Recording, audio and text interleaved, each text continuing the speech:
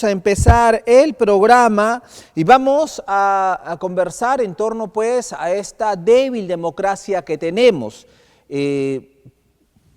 Para el Instituto de Estudios Peruanos, lo ha titulado en un evento que están realizando en Lima, denominado Democracias bajo asedio.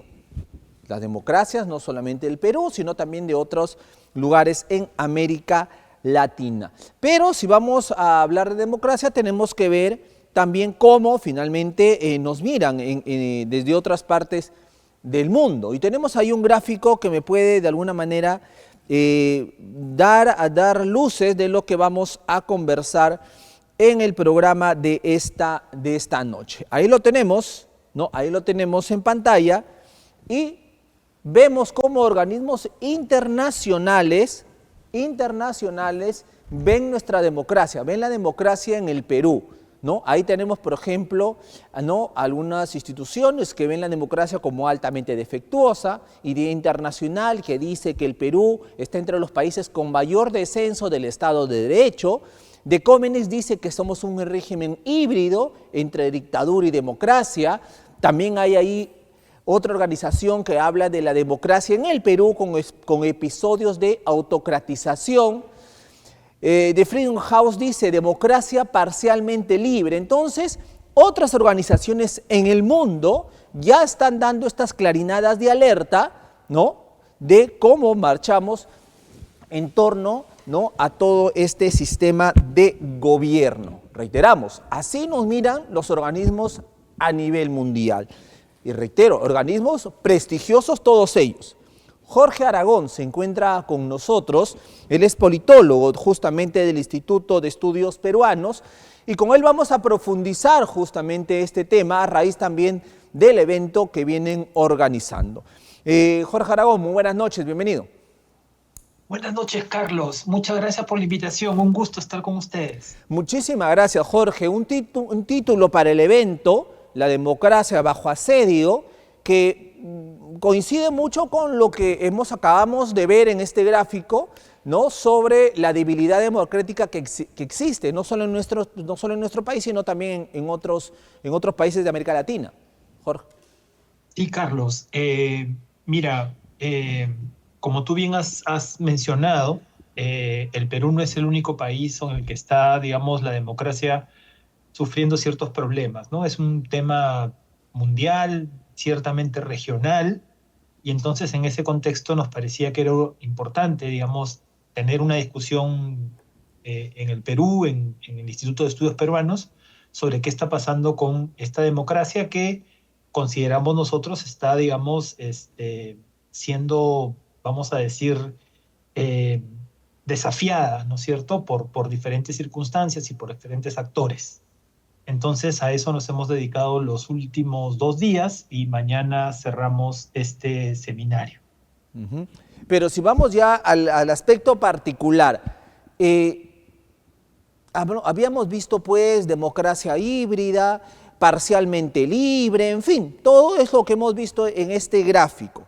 Entonces, ahora te traslado la pregunta a ti como representante del Instituto de Estudios Peruanos. ¿Cómo ven la democracia en nuestro país? ¿Aún existe o no? ¿Y cómo está ella? Mira, esa es una pregunta que nos hacemos mucho. En lo que estamos completamente claros y seguros es que la democracia ha retrocedido en nuestro país, ¿no?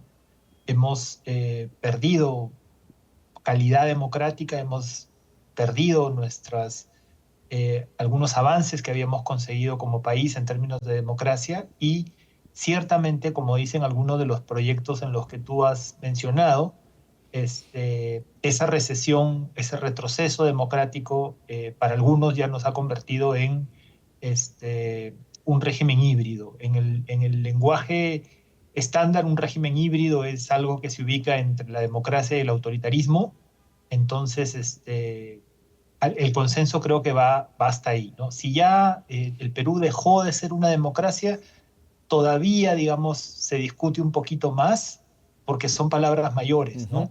Decir que el Perú ya no es una democracia es, de alguna manera, decir que el Perú está viviendo en este minuto en un régimen autoritario y en fin, todavía quedan algunos espacios, ¿no? de defensa de la democracia, y entonces por eso es que no nos animamos tajantemente a decir que en el Perú ya la democracia dejó de existir, pero Claro. ciertamente lo que tenemos es una democracia muy golpeada, muy asediada, muy comprometida, y es probable que en los próximos meses la situación todavía empeore mucho más.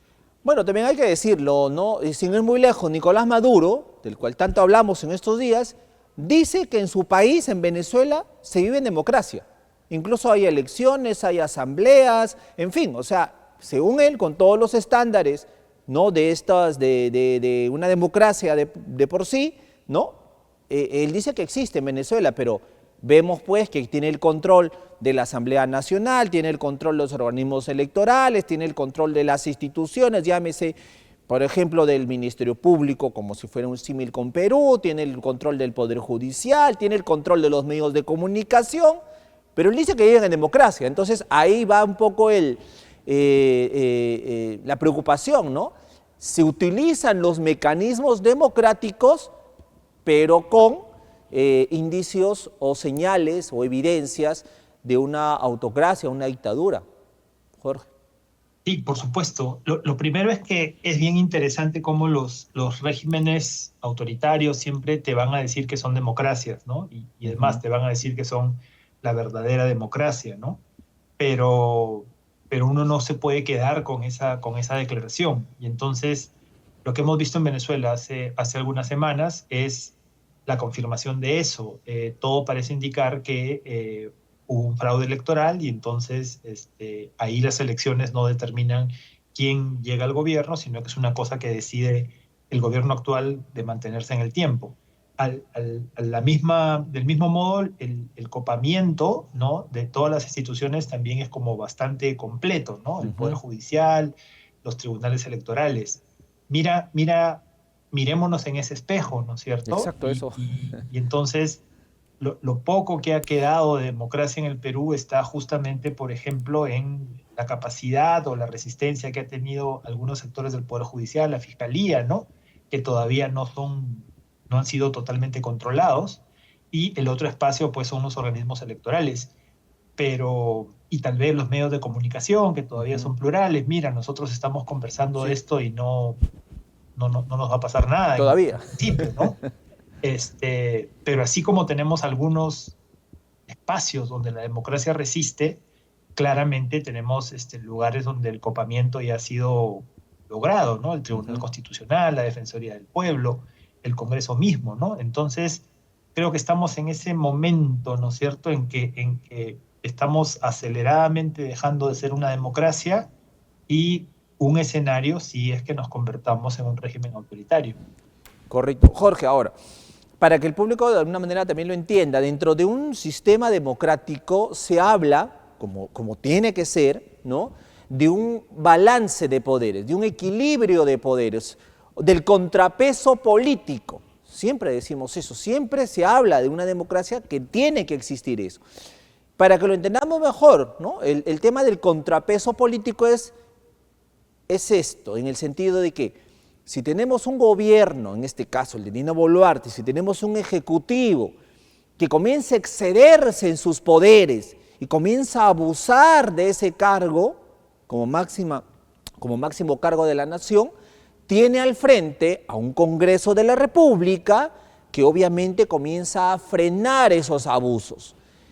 Y también podemos decir, si tenemos un Congreso que abusa de ese poder, que da normas y leyes, ¿no? y quiere avasallar todo, tiene al frente un ejecutivo, es decir, un gobierno, que obviamente también sale al frente para evitar, frenar todos estos abusos que haga el Parlamento.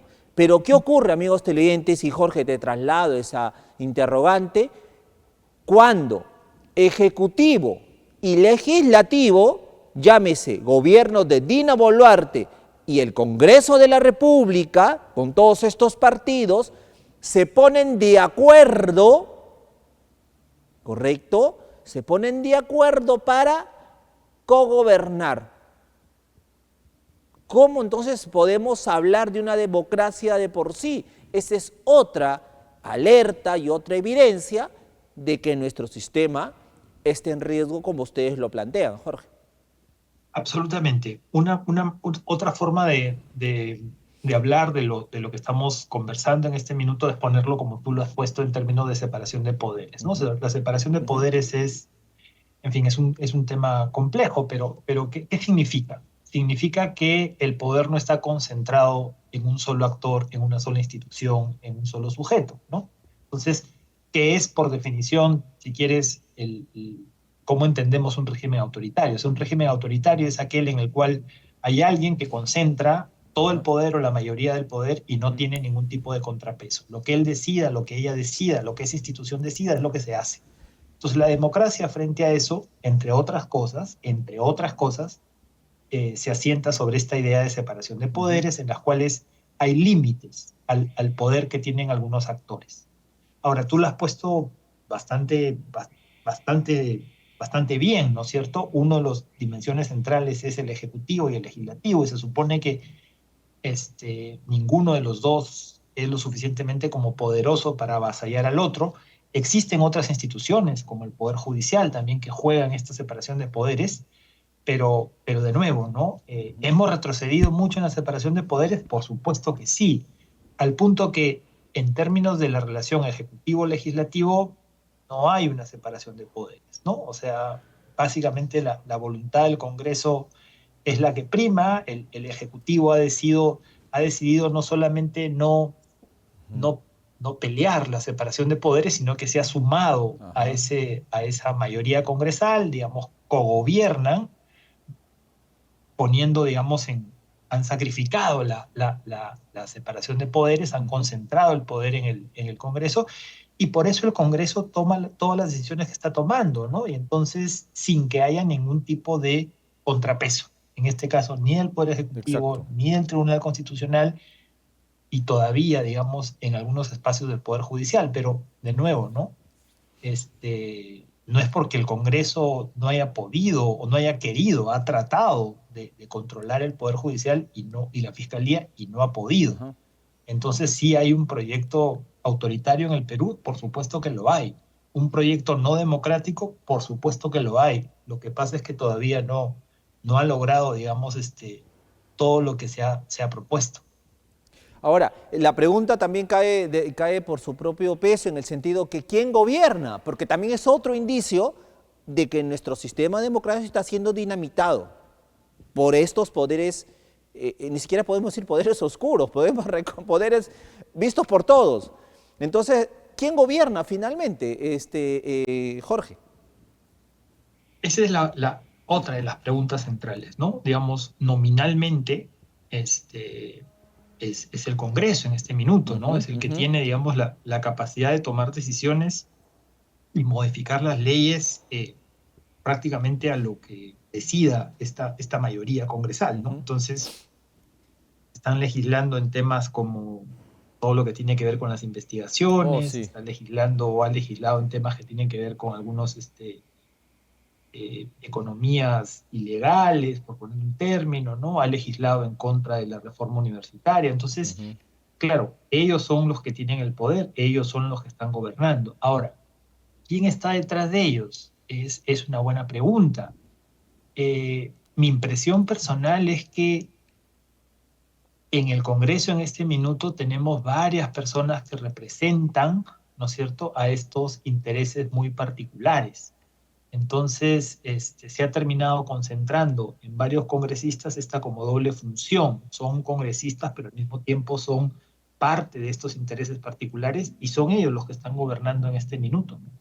Correcto. A ver, cuando hablamos de intereses particulares, más o menos a qué nos estamos refiriendo, pero que yo te puedo también dar en ese sentido algún adelanto, ¿no? Dentro del Congreso, podemos decir el Congreso como institución de por sí, 130 parlamentarios, pero estos congresistas, estos parlamentarios, representan a partidos políticos, ¿no? Y estos partidos políticos son los que están poniendo la agenda en contra, ¿no?, de lo que requiere el Perú, de lo que requiere el peruano de a pie, Es increíble. Entonces la pregunta es, se habla pues de Fuerza Popular, Alianza para el Progreso, que son los que están de alguna manera sosteniendo al régimen de Dina Boluarte. ¿De esos intereses, a esos intereses te refieres, Jorge? Sí, claro, claro. A ver, ahí hay una confluencia de varios intereses, ¿no? Ujú. Porque además tiene que ver con lo siguiente, ¿no? ¿Cómo se construyen, digamos, actualmente los partidos políticos en el Perú? No se construyen, digamos, con largas trayectorias de militantes que, ¿no? que pasan la vida en el partido y que van ascendiendo, ¿no? Y No. que van convirtiéndose en los dirigentes regionales, locales, nacionales. En muchos sentidos lo que hay es una especie de reclutamiento, ¿no? O sea, los partidos políticos son algo así como, aunque parezca digamos, una figura muy Ujú. extraña, son casi como clubes de fútbol, ¿no? Que hacen fichajes. Entonces, ¿a quién fichas? Fichas a personas que tienen, digamos, cierta popularidad, fichas a personas que tienen capacidad de atraer ciertos recursos. Entonces, terminas, digamos, atrayendo al partido a representantes de esos intereses particulares. Y además, a veces los mismos partidos han sido fundados por estas personas que representan intereses particulares. Ujú. Y el ejemplo más evidente, me parece, es el que tiene que ver con la educación superior, ¿no es cierto? Con Podemos, con APP, son empresarios de la educación que entran a la política y que uno empieza a ver lo que hacen dentro del Congreso y es, en muchos sentidos, defender los intereses de estos negocios, ¿no es cierto? Ujú. Eliminar la reforma universitaria, que les era incómoda, que les era costosa, que les imponía, digamos, cumplir con ciertos estándares. Ujú. Entonces, así es como están operando estos intereses particulares que, de nuevo, ¿no? No es Correcto. solamente que están teniendo capacidad de convencer o de qué sé yo, mover Ujú. las decisiones de algunos congresistas, sino que son congresistas representantes de estos intereses particulares. Efectivamente, pero hablamos de intereses particulares, económicos, ¿no? Podríamos decir legales, entre comillas, pero también hay algunos otros políticos, incluso hasta actuales congresistas, que defienden estas economías ilegales. Yo siempre que puedo reitero esto, lo que advirtió el presidente del Poder Judicial al manifestar pues que en la campaña que se viene, todo este Ujú, dinero de la corrupción, todo este ujú, dinero de la extorsión, del sicariato, de la criminalidad, todo este dinero asqueroso y sucio que se consigue por estas actividades ilícitas, mucho de este dinero va a ingresar a las campañas electorales, financiando candidatos, y muchos de ellos van a llegar a ser congresistas, y Dios no lo quiera, hasta el futuro presidente o presidenta de la República. Entonces, ese es otro indicio de que nuestro sistema democrático está tambaleando. Jorge, amigos televidentes. y ahí, digamos, a ver, no quiero distraer a quienes nos escuchan y tampoco quiero plantear un escenario que no es, ¿no? Pero, a ver, la idea vamos a llamarle de lobby, ¿no? Uh -huh. Esta idea de influir sobre las decisiones de los gobiernos, ¿no? Este, esto no necesariamente, o sea, sí es un problema para la democracia, eso no hay que negarlo, ¿no? El hecho que algunos lobbies, intereses particulares, se impongan al momento de tomar decisiones, significa que es en detrimento de intereses nacionales, intereses públicos, ¿no? O sea, Uh -huh. la idea es que estás, digamos, influenciando sobre las decisiones que se toman para favorecer a unos pocos, ¿no es cierto?, en detrimento de mayorías. Entonces, eso es un problema de la democracia, absolutamente. Pero, pero el lobby, digamos, es un fenómeno antiguo. El tema es que ahora estos lobbies, además de pelear, digamos, por sus intereses particulares, lo que han decidido es, además, concentrar todo el poder y hacerlo, digamos, sin ningún tipo de contrapeso, sin ningún tipo de límite. Uh -huh. Entonces, creo que se están juntando, ¿no? Esta manera de hacer política en el Perú, que es particular, lobista, de Horrible. intereses particulares, poderes fácticos, como querramos llamarlo, con un proyecto que termina siendo la intención de concentrar todo el poder. para defender los intereses particulares, sin duda, pero también para mantenerse en el gobierno, para no dejar que otros lleguen, y lo que hemos visto también es para defenderse de cualquier tipo de investigación de casos de corrupción. Entonces, se han juntado, digamos, eh, dos males, ¿no? Ujú. Lo particular, la corrupción, la ilegalidad y una vocación autoritaria, me parece. Terrible situación. Ahora, y con esto vamos terminando, Jorge, en el sentido de que el ciudadano también reniega del sistema, ya no cree en la democracia. Ahí están las cifras. Pero para ser justos, no es que no cree en la democracia, no cree en quienes están manejando el sistema democrático. Creo que hay que distinguir esto, pero las cifras del ciudadano simplemente son también reveladoras, ¿no? No está contento con el sistema que tiene. No, y ese, digamos, a ver, lo que pasa que en este minuto, este, una de las cosas que a mí más me preocupa, digamos, es que no parecen haber cerca, digamos, algunas alternativas o algunas salidas, ¿no? Ujú.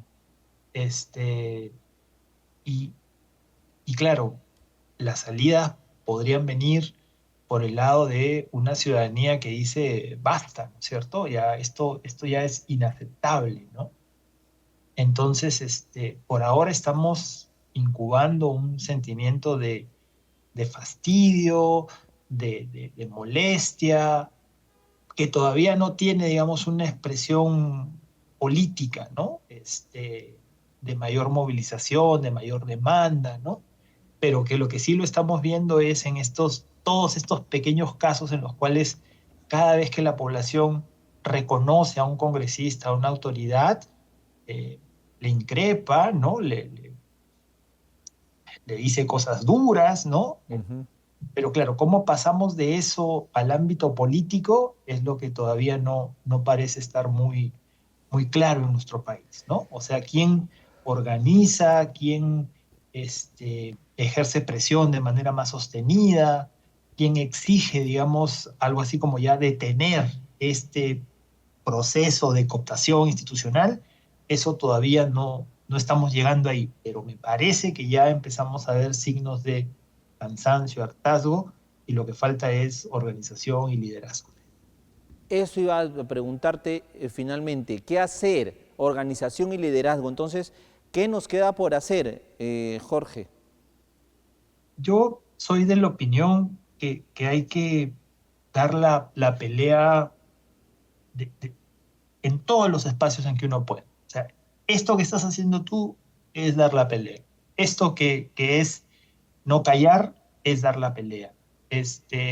Los jueces o los fiscales que tuvieron, digamos, la decisión de no dejar que Patricia Benavides finalmente se convierta, digamos, o transforme a la fiscalía en una especie de apéndice del Ujú. Congreso, eso es lo que hay que hacer. Entonces, por ahora hay que aprovechar todos los espacios que se tengan para hacer cierta resistencia, esperando que en algún momento se pueda convertir esto en una cosa mayor y ojalá, ¿no es cierto?, esto devenga en una reflexión nacional, ¿no?, de lo importante que es saber a quién estamos eligiendo, ¿no? Porque parte del problema también puede ser ese, ¿no? Ujú. Terminamos eligiendo muy mal a las autoridades y entonces tal vez hayan mecanismos, ¿no? Para saber mejor qué han hecho,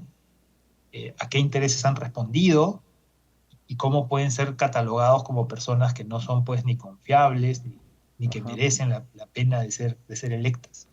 Lo has dicho claramente, no olvidarnos de lo que estas agrupaciones políticas, estos personajes políticos le están haciendo al país. No olvidarlo, acá ya las elecciones están cerquísimas, entonces hay que tenerlo muy bien en la memoria, muy puesto en la retina cuando tengamos que ingresar a esa cámara secreta y comenzar a ver, ¿no? Bueno, tenemos 35 partidos políticos, pero entre ellos vamos a ver a lo mismo, ¿no? El Naranjita de Fuerza Popular, la A de César Acuña de Alianza para el Progreso, Renovación, en fin, vamos a comenzar a pasar lista, ¿no? y todos ellos, mejor pasarlo de frente. Jorge Aragón, te agradezco muchísimo la reflexión final, en todo caso, toda esta conferencia internacional que han tenido, se ha debido pues a un nuevo aniversario del Instituto de Estudios Peruanos. Jorge. Sí, nosotros, digamos, en este contexto de que no son tiempos buenos, porque no son tiempos buenos para el país, sí estamos celebrando como institución 60 años, ¿no? Wow. Como decimos, pocas instituciones en el Perú se mantienen tanto tiempo y siempre en esta intención de conocer el país, hacer investigación, discutir, conversar con periodistas, conversar con quien nos los pida, porque esa es parte también de construir un mejor Perú, ¿no? O sea, conocernos mejor como país. Perfecto. Jorge, te agradezco muchísimo. Un abrazo a la distancia. Hasta otro momento. Listo.